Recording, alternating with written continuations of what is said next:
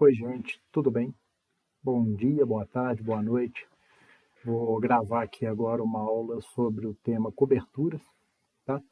E, em primeiro lugar, eu vou falar dos materiais usados como cobertura, tá?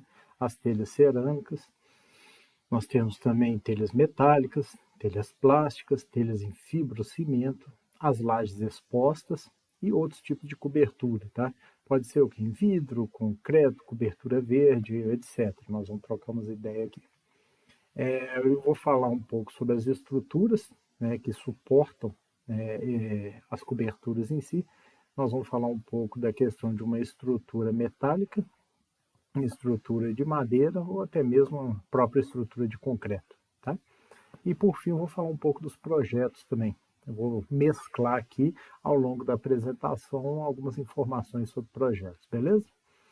Como eu sempre digo, os produtos, marcas e empresas são citados nessa apresentação apenas como exemplos e fontes de informação. Não são indicação, referência ou preferência do autor. Sites indicados foram acessados de 29 de outubro a 5 de novembro de 2020, caso não informado. Bom, para a gente começar aqui, eu vou falar um pouco dos tipos de telhas que a gente tem, tá? Eu começo a falar aqui de uma telha termoacústica, também chamada telha sanduíche, né? Ela tem um bom isolamento térmico, acústico, tal, vence maiores vãos. Telhas de concreto, telha cerâmica, tem vários modelos, nós vamos focar para próximo slide aqui um pouco nas telhas cerâmicas. Telha de vidro, tá? Iluminação natural, telha translúcida, tá? Elas deixam passar grande parte da iluminação. Nós temos a telha metálica, inclusive a telha sanduíche é composta, né, por uma telha metálica na sua face inferior e na sua face superior. Temos as telhas gravilhadas, telhas de fibrocimento e a telha ecológica à base de fibra vegetal. Aqui vamos começar falando da telha colonial. A gente vê aqui a telha colonial normalmente existe uma confusão de termos, o que é telha cerâmica e telha colonial. Para telha colonial nós temos esse sistema aqui, mesmo que ela não seja aquela telha colonial antiga, das edificações antigas, ela tem o formato da telha colonial. Importante reparar que aqui nós temos a capa separada do canal. Aqui nós temos as dimensões dela e a declividade de trabalho dela é de 30 a 35%, beleza? Aqui embaixo a gente já tem a telha plã, que também ela é capa separada de canal, tá? Duas telhas diferentes, elas têm um encaixe e elas trabalham, você vê as dimensões delas aqui. Essa telha plã já trabalha em declividades menores, de 20 a 25%, tá? Aqui eu já mostro para vocês as telhas portuguesas, também chamadas de americanas, ela já vem a capa junto com o canal. Talvez aqui na nossa região é a mais usada hoje. Ela tem um sistema de encaixe e eu vou colocando uma telha logo após a outra e cada telha já compreende tanto a capa quanto o canal, beleza? As dimensões dessas telhas de 38 centímetros, né, no comprimento, 20 centímetros de largura e o consumo dela é 17 peças por metro quadrado, tá? Peso médio 2,6 kg por peça, tá? Aqui a gente pode reparar que nós temos uma cumeira, né, que ela é feita com telhas especiais para cumeira, né? Eu não vou usar uma que tem capa e canal para cumeira, não tem como. E você pode reparar que a cumeira aqui ela é argamassada, tá? É embocada, então tem uma massa aqui na cumeira.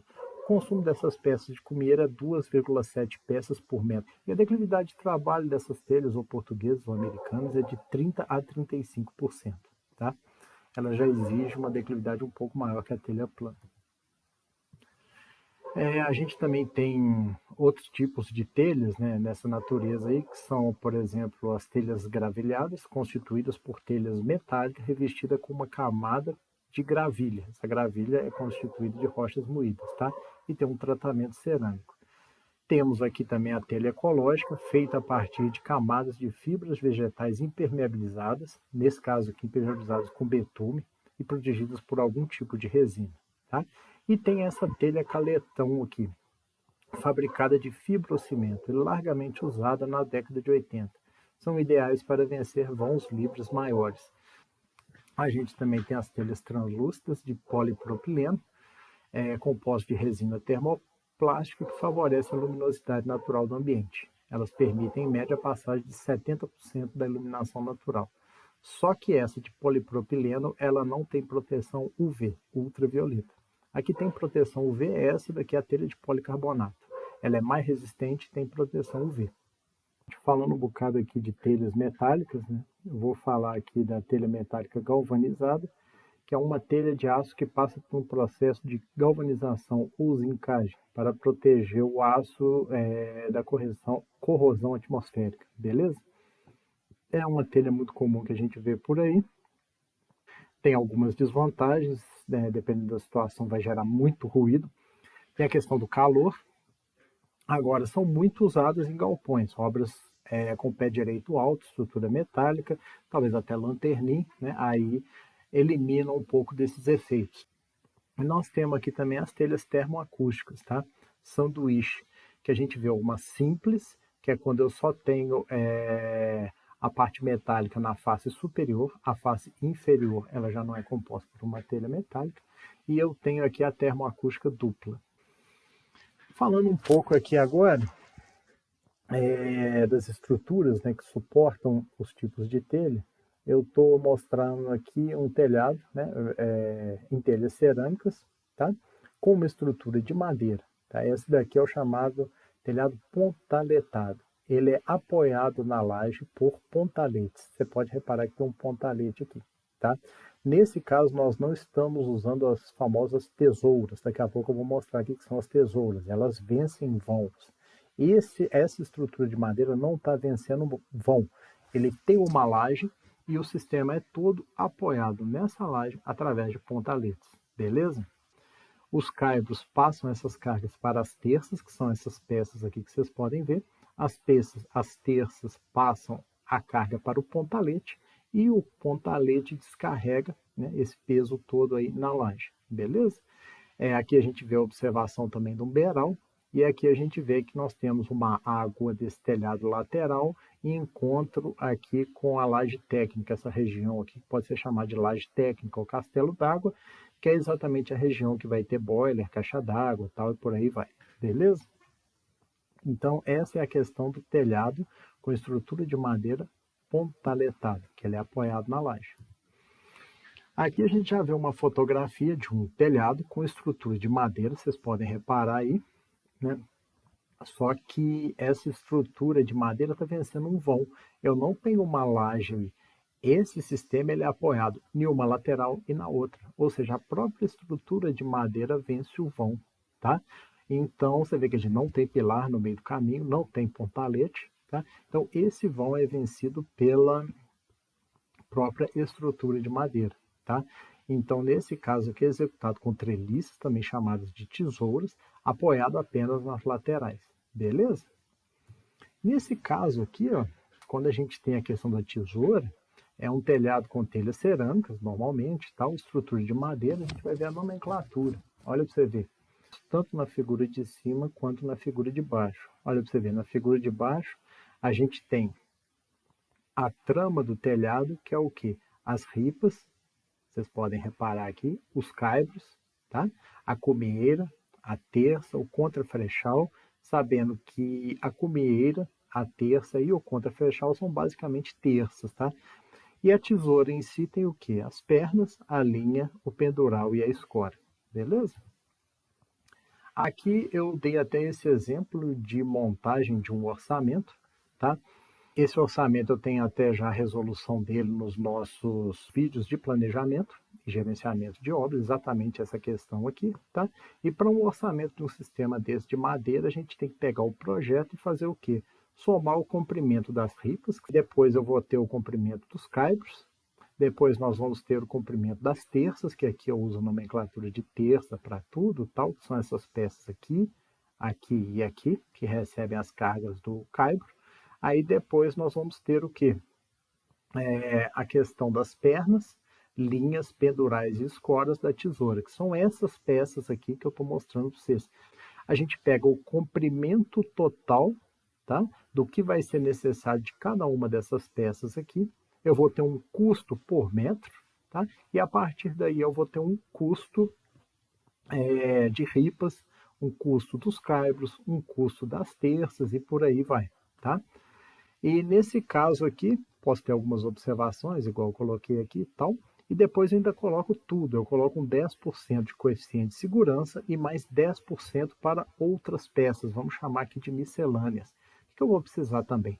Pregos, barra roscada, serras, chapas, emendas, cimento, areia para o embocamento, tal, e sem esquecer que eu tenho esses itens aqui também, que são as telhas e as peças para cumieira.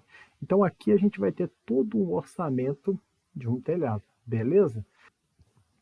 Quando a gente tem essa questão das telhas cerâmicas, muitas vezes a gente tem uma água direcionada para a divisa. Eu não posso jogar uma água para o lado do meu vizinho, né? Eu não posso ter um beiral para o lado do vizinho, não posso ter uma calha no lado do vizinho. Então, nesses casos, o que, que acontece? Na divisa é colocada uma platimbanda, igual vocês estão vendo aqui. E eu chego com essa água numa calha, e essa calha fica entre a platimbanda e o meu telhado, beleza? Então, aqui a gente tem a chamada calha interna. Ah, e quando não é divisa? Aí é o que quase sempre acontece, a gente tem a chamada calha externa. Eu tenho essa calha fora ali do meu telhado. Beleza? Muitas vezes a gente tem um telhado todo em platimbanda. Platimbanda é essa parede aqui em volta, que eu já tinha até mostrado para vocês na figura anterior. E a gente pode ter o chamado telhado embutido, que é isso que a gente tem aqui. Ó. Nesse caso aqui, tanto nesse esquema 3D quanto nessa fotografia, vocês podem reparar que a gente tem uma calha interna. Essa calha interna é para quê? Para a coleta da água que vem dessas telhas que vocês estão vendo aqui, tá? Isso daí acontece muito também. Algumas casas, inclusive, por questões arquitetônicas ou outros motivos, normalmente por questões arquitetônicas, não se tem o interesse de ter um telhado à mostra, um telhado cerâmico, então você precisa de um material para você trabalhar com uma declividade menor, né? E que ele fique escondido por essas platimbandas aqui, beleza? Aqui você vê que a gente tem a região da laje técnica. Nessa laje técnica aqui a gente vai ter caixa d'água, boiler e por aí vai. Beleza? Aqui ó, a gente já vê umas particularidades de um telhado cerâmico, um telhado comum, né? Vocês podem ver que nós temos aqui a laje técnica, o castelo d'água. A gente tem uma cumieira mais elevada, tá? A gente tem uma cumieira mais inferior, tá? Nós temos todo o beiral da casa e nós temos os trechos também chamados de espigão, que é onde eu tenho um encontro de uma água, no caso aqui uma água lateral com a água frontal, e eu tenho esse rincão aqui, que é onde eu tenho exatamente a junção de duas águas que elas acumulam, né, a água coletada das chuvas nessa calha aqui chamada de rincão. Então, você vê que o espigão ele não acumula água, ele distribui a água para um lado do telhado e para o outro. Já o rincão, ele acumula água desses dois lados do telhado. Beleza? Continuando aqui, ó, pegando o modelo desse telhado aí, você pode reparar que nós temos aqui primeiro um telhadinho de 4 águas que corresponde ao telhado da nossa laje técnica, né, do castelo d'água. Nós temos aqui a indicação das águas, que nós temos uma água maior na fachada lateral esquerda, uma água um pouco menor na fachada lateral direita, duas águas que correspondem à fachada frontal, que é essa daqui, mais à frente, essa outra aqui também compõe a fachada frontal. Nós temos aqui o telhado da garagem, tal, e outros detalhes aqui, como beirais, declividades, tal. Aqui a gente vê, por exemplo, quando for fazer um sistema desse daqui, quando a gente for fazer um diagrama de telhado desse, a primeira coisa que a gente vai ter, que já vem do projeto arquitetônico, é o limite externo da casa, tá? A partir do limite externo da casa, a gente considera as distâncias que vão ser colocadas como beirais e a gente faz aqui o limite do telhado. Depois a gente vem aqui e faz as linhas a 45 graus das quinas. Você vê que é sempre a 45 graus, tá? Representação em planta. Depois a gente define, a gente começa a definir as águas menores, tá? Você vê que eu tenho essa água frontal e essa água posterior aqui. Depois disso eu faço essas linhas onde eu defino as cumeeiras. não sei até onde, só começo a fazer essas linhas. Aí depois a gente faz o seguinte, eu ligo tanto esse espigão que eu já tinha começado a definir até uma das cumeeiras e ligo esse rincão até a outra cumeeira, tá? Depois eu ligo as duas cumeeiras, olha que interessante. Faço o mesmo para o castelo d'água, coloco a cobertura da garagem e indico as caídas de todas as águas, tá? Pode ter até um telhado com uma complexidade maior, tal, mas a sequência é basicamente essa. Se você seguir essa sequência, você vai conseguir decifrar um telhado de N águas aí, tá? Continuando aqui, ó, você vê que aqui a gente já tem o projeto pronto, onde também são inseridas achuras, né, de linhas paralelas no sentido das quedas d'água. Nós temos algumas setas, né, que indicam o sentido de caída da água. Tá? O texto indica o tipo de telha e a declividade. Você vê aqui que tem a representação desse trecho aqui, que é o beiral. A gente tem um tracejado, que indica o limite da casa, e sempre as cotas, né, parciais e totais. Agora eu vou falar com vocês um pouco sobre a questão de galpões, né, estruturas metálicas. Você pode ver quando a gente fala galpões, normalmente a gente está trabalhando com uma planta dessa natureza aqui, aonde a gente tem os pórticos, tá? Isso aqui é um pórtico, beleza? E ele vai se repetindo. Aqui nós temos outro pórtico, aqui outro pórtico, aqui outro pórtico, beleza? As cargas da cobertura são distribuídas através dos pórticos, tá? Nesse caso do projeto, nós temos pórticos a cada 6 metros. Então, nós temos 1, 2, 3, 4, 5, 6, 7 pórticos. Na nossa figura, nós temos 1, 2, 3, 4, 5, 6, 7, 8, 9 pórticos. Beleza? O projeto não corresponde exatamente à figura, tá? Então, ou seja, mas aqui já deu para vocês terem uma noção disso daí. E outra observação que eu faço dessa figura é o seguinte, essa cobertura metálica não é treliçada, não é. Essa aqui é chamada viga de alma cheia. Você vê que nós temos uma viga aqui, outra viga aqui, tá? Aqui nós já vemos um detalhamento de um pórtico desse galpão. Olha para vocês verem, nós temos uma especificação de alvenaria, né, que também tem na figura, até certa altura é de alvenaria. Tem a especificação do pilar, especificação da viga, tá? E a distância de uma terça até a outra, aqui nós temos 2,5 metros em projeto, beleza? Até aí, tranquilo, e considerando todas as especificações dos materiais que serão aplicados, tá? Aqui eu já mostro para vocês uma estrutura metálica com treliça. Você vê que o que vence o vão do pórtico, agora nós temos a treliça. Não é mais uma viga, igual vocês estão vendo aqui. É um sistema treliçado, tá? Então, o que está vencendo o vão aqui não é mais uma viga de alma cheia, uma viga comum, igual a gente estava falando. Agora nós temos essa treliça. Apoiado nas treliças, nós temos o quê? As terças, tá? Além disso, vocês podem reparar nessa figura que nós temos um contraventamento aqui, que eu mostro para vocês, mas tem vários lugares, é esse X aqui, tá? Para evitar os deslocamentos horizontais, beleza? Nós temos alguns alinhamentos de telhas translúcidas, para quê? Para ganhar iluminação natural dentro do galpão, e você vê que nós temos um lanternim, tá? Lanternim, daqui a pouco eu vou mostrar um exemplo melhor para vocês de algum lanternim já feito.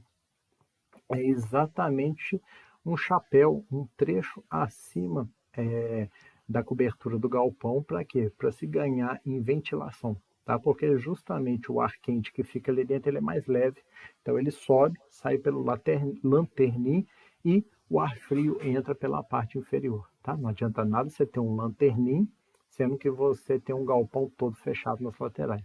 Não funciona. Beleza? Continuando aqui, ó, da parte de coberturas, né? Eu mostro um esquema 3D aqui, que vocês podem reparar que a gente tem o que? Os pórticos transversais, né? O contraventamento nos planos da cobertura, tá? Nós temos as terças de cobertura, nós temos vigas longitudinais, o contraventamento entre os pilares, tá? Você vê, inclusive, que aqui a gente está trabalhando com pilares treliçados, tá? Não é mais um pilar de alma cheia, é um pilar treliçado. Normalmente esse tipo de pilar demanda mais contraventamento, por isso que na figura nós temos 2 níveis de contraventamento, beleza? Tem vigas de suporte do tapamento lateral, tá? E coluna ou tirante, que é usado exclusivamente para quê? Para tapamento lateral, tá? Sem função estrutural, assim, de suportar a carga da cobertura, mas com uma função estrutural apenas para suportar o tapamento lateral, beleza? Falando um pouco aqui agora sobre um tipo de telha metálica específico, chamado telha zipada, tá? O que acontece nesse caso aqui? É uma máquina de conformação contendo uma bobina, exatamente esse equipamento que vocês estão vendo aqui, ó, é içada por um guindaste até o topo da estrutura. Ou seja, a telha ela é conformada, digamos assim, fabricada lá em cima, já no local. Então, esse equipamento que vocês estão vendo aqui, ele vai fazer o quê? A partir desse rolo, ele vai conformando as telhas nesse formato aqui, com essa largura útil de 456 milímetros, tá? Depois que essa telha é fabricada lá em cima, tem um equipamento chamado zipador que executa a zipagem da telha. O que é essa zipagem? É exatamente essa dobra que vocês estão vendo aqui, tá? Então, ou seja, a telha toda ela é dobrada, ela é zipada, né, longitudinalmente, e de tanto em tanto é colocado esse conector aqui que é zipado junto com a telha. Para que tem esse conector? É exatamente para ter a conexão através desse parafuso com a terça que vai suportar a telha, a peça metálica que está logo abaixo da telha, beleza? Então, ou seja, professor, por que a máquina de conformação é içada, é levada lá para cima? Por que não leva as telhas já prontas? É impossível você fazer uma telha de 40, 50, 60 metros e depois içar essa telha lá para cima. É mais fácil você içar a máquina, içar essa máquina junto com a bobina, que é desenrolada, né, sobre toda a extensão da cobertura, em até 100 metros, que você vê que eles podem trabalhar aqui, né? E com essa telha lá depois é feito a zipagem, que é o que? A união de uma telha com a outra. Qual a vantagem disso? Você vai ter um sistema metálico totalmente fechado, totalmente estanque. Você consegue trabalhar com declividades muito menores, por exemplo, da ordem de 2%, porque não tem aquela junção longitudinal entre uma telha e a outra seguinte, que é onde a água pode entrar ali entre elas. Não tem também aquela junção lateral entre uma telha normal metálica e a outra, porque as junções laterais são zipadas, tá? Inclusive, existe a telha zipada termoacústica, tá?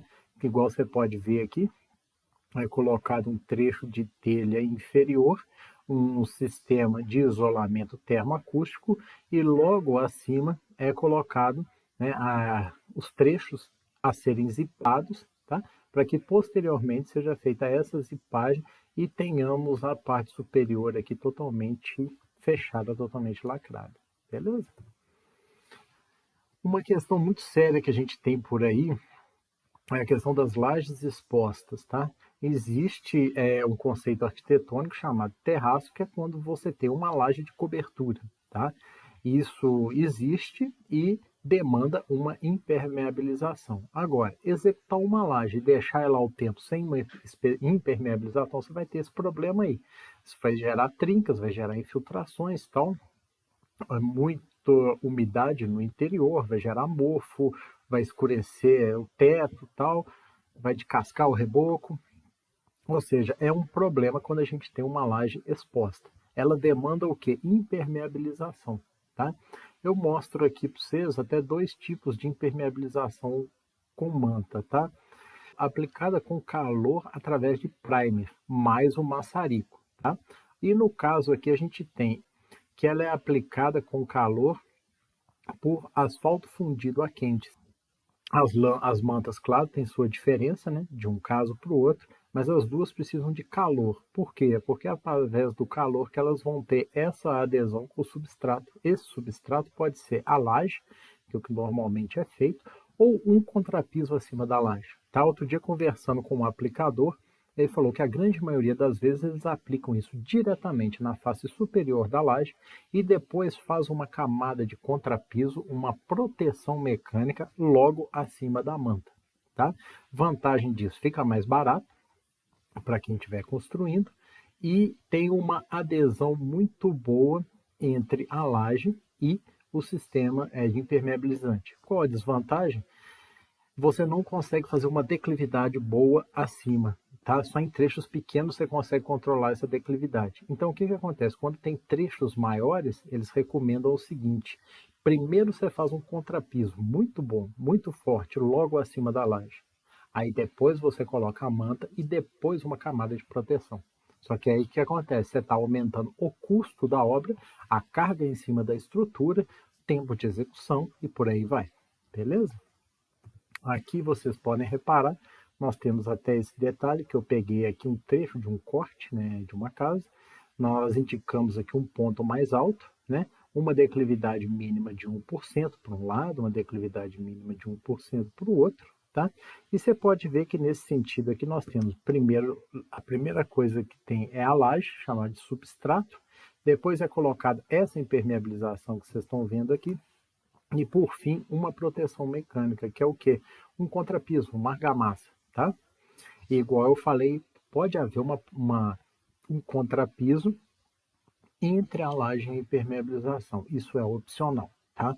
Mas a maneira que ela é mais executada, que eu já vi por aí conversando com os aplicadores, é dessa maneira, com a impermeabilização já acima da laje.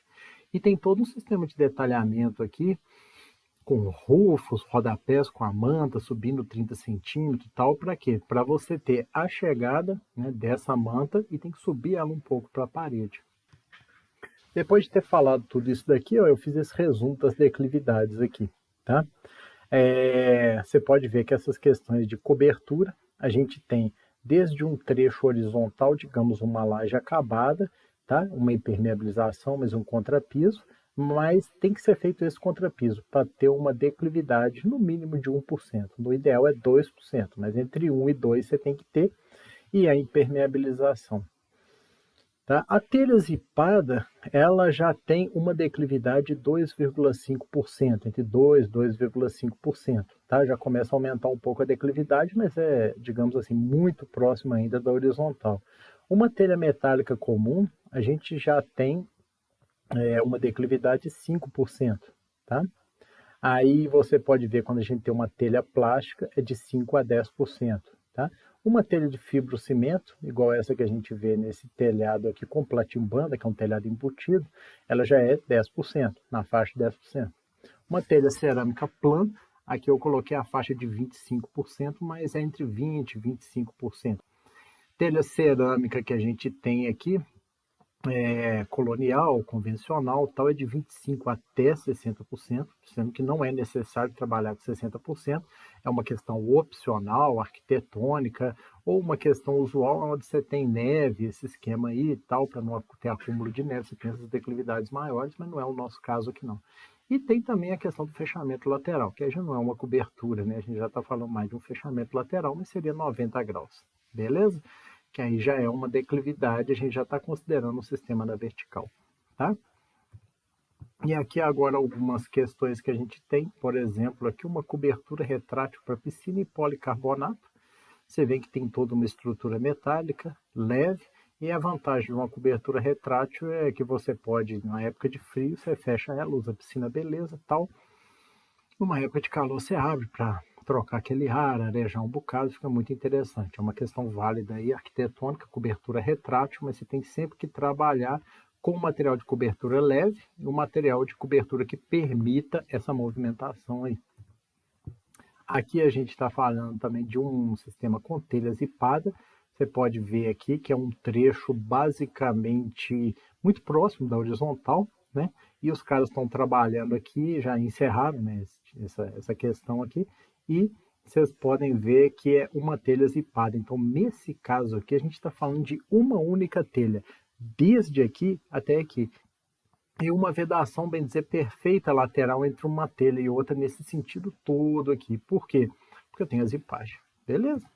Aqui nós temos a questão de fechamento lateral, né? Aqui nós temos uma casa com uma declividade maior, foi definido assim por questões arquitetônicas, tal. Aqui é um chalé, né, que vocês veem que o segundo pavimento, inclusive, ele foi aproveitado como construído aqui dentro do telhado, tal. Aqui a gente vê uma casa com um telhado embutido, platimbanda, né? Você vê que nós temos aqui um rufo no topo dessa parede chamada platimbanda, e esse telhado interno aqui tem duas águas, uma para lá e uma para cá. Tem o sistema de coleta d'água nessa calha e nessa, tá? Aqui você vê que a gente tem a laje técnica também com uma cobertura embutida, né? Para dar uma coerência ao projeto e tal, e por aí vai, beleza? E essa daqui eu achei muito interessante, né? É uma casa aqui com um pé direito duplo logo na entrada, tal, muito interessante essa questão aqui. Eu achei legal a cobertura. Tem todo um sistema de forro aqui. Parabéns, ficou muito legal aí. Beleza? Ó, gente, era isso mesmo. Agradeço a atenção e um grande abraço aí. Tchau.